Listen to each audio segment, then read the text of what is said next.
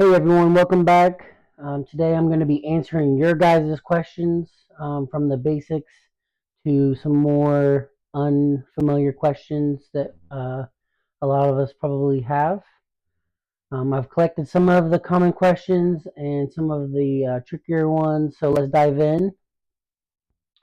So the first one is, what is the best bait for beginners?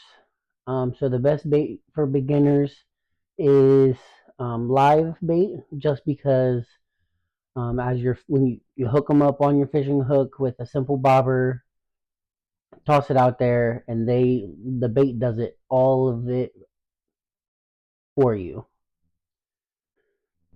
And then the other one is, how do I know where to cast? So depends on your species. Um, Bluegill usually are kind of closer to the bank, shadier areas.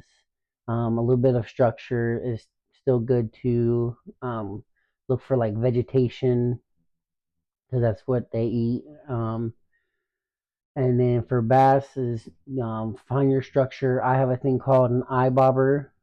You cast it out on a separate fishing pole, or if you have a boat, a lot of people just zip tie it to the front of their boat.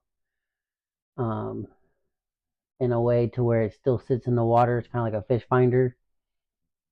But for bass, you want to find structures, lay down logs, um, heavy vegetation, somewhere where there's gonna in the winter where there's gonna be a lot of heat be held, like rocks, fallen trunks, deeper water for winter fishing, just because it's more regular.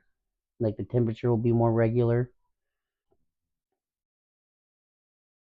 How do I choose the right fishing line? Well, first off, that does depend on what you are fishing for, but the best way to describe it is that fluorocarbon is clear for clear water, braided is for strength and heavy cover, so that's why a lot of people use braided line for bass, because you are around structures in the water. Mono is for beginners. Fluorocarbon is for clearer water, practically invisible in the water. Braid is for the strength and heavy cover, like I said before. The next question is, what is the best time to fish? In the winter, it is actually the opposite. You want to fish once the sun has came out for a couple hours, try to warm up the water a little bit. Um, the fish aren't as active in the winter, so we'll be discussing that here soon. What kind of baits you want to use. For summer, it's right. I like to be out 45 minutes before the sun comes up and 15 to 20 minutes after the sun goes down completely. For most species of fish, catfishing is a whole different story. You can catch them during the day. They are usually more active at night. And then we move on to our next question, which is, do I need an expensive rod and reel to start fishing? Not at all. Not even close. Go to Walmart. Go to Bass Pro. Go to Academy. A lot of people don't know what Academy is, but it's a outdoor shop as well, outdoor store, kind of like Bass and Cabela's. But you just need a cheap, not cheap, but a very low budget fishing rod and reel. You're not out here being, pro anglers, fishing competitions and whatnot. You're just trying to get the hold of it. This is for beginners. Um, as you get more into this hobby, the more you can spend, the more places you go. You might need different tackle, different species. You don't want to use a ultralight rod for catfish. Even though you can, it's going to be extremely tough to actually catch the fish and bring it in. Um, so about $30 to $50 is what I said. So here are the 5 super need to know questions that I got that aren't usually that quite that popular. But how do you set a hook? So you want to wait like as soon as you guys feel that there's something on the other line, wait just ever so slightly, and then instead of jerking the fishing pole, which you could be rip, you mean I've heard people say, let's rip some lips, but if you guys like to catch and release, the whole part of fishing is to not harm the fish as much as possible. They are living creatures. If you are ripping lips, then you could be harming the fish. If you release it, it might not be able to feed. It might not. If you depending on how you release the fish, you can stun them. You can kill them if you aren't paying attention and you just drop them back in the water and they land on something that they shouldn't be landing on. If you're like bank fishing, don't just throw the fish out there in the middle of the lake like you're trying to cast. Let's see here. Yep. So, like I said, when you feel a bite and to resist the urge to yank it immediately, wait just like a few seconds, not even a second, and then. So let's see what we got next here. What is the most important thing to check before fishing in a new area?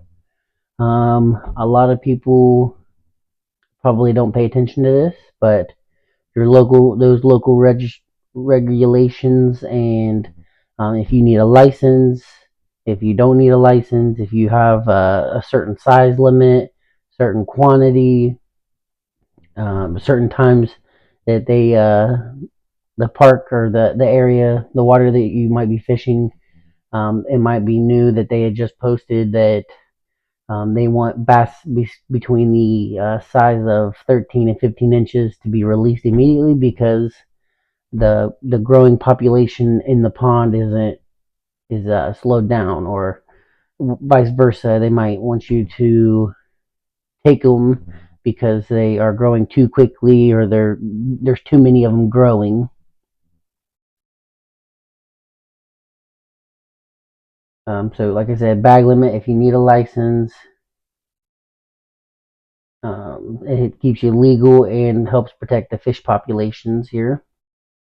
How do I tell if fish are active in a spot? Set active spots. Look for signs of rippling water, big fish, that type of stuff. You want to see if there's birds feeding nearby. If the water is still, try different depths, try different location and within that pond. Um, how the next question is, how do I avoid losing fish while reeling them in? So you want to keep a steady pressure on the line. Um, you want to reel the line in until there's no slack in the water, and then just keep slight pressure on them. You don't want the drag to be so tight that when they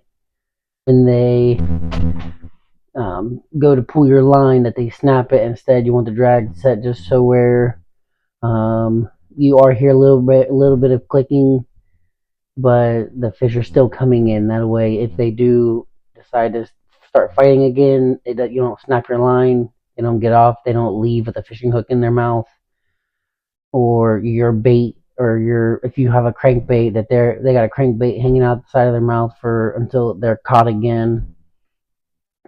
So drag is important as well.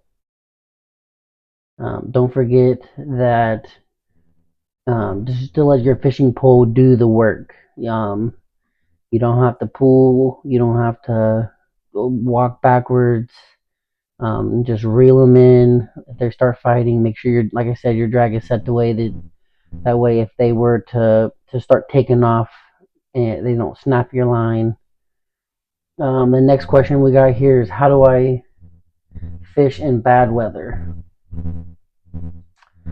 So first off, a lot of people fishing in bad weather or fishing right before it rains is actually a good thing because the fish can sense that there's something changing and that they need to feed so that because they don't know what will be coming or the next time that their food will be available. So fishing in the rain is actually a good thing. That it also oxygenizes the water, so the fish are usually come up closer to the top of the water to get that fresher, cleaner water. Food also, bugs are falling out of the trees because of the rain. So if you have a pond with some trees in it, bugs could be falling off. So this kind of sets them almost in like a feeding frenzy of sort. Just make sure you guys have all of the right equipment. Bring you a rain jacket, some boots.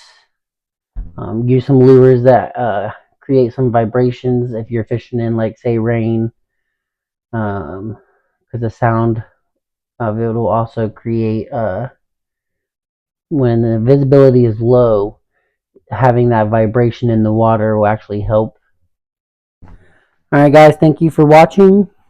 If I didn't get to your guys' questions, don't forget to comment them down below for a part 2.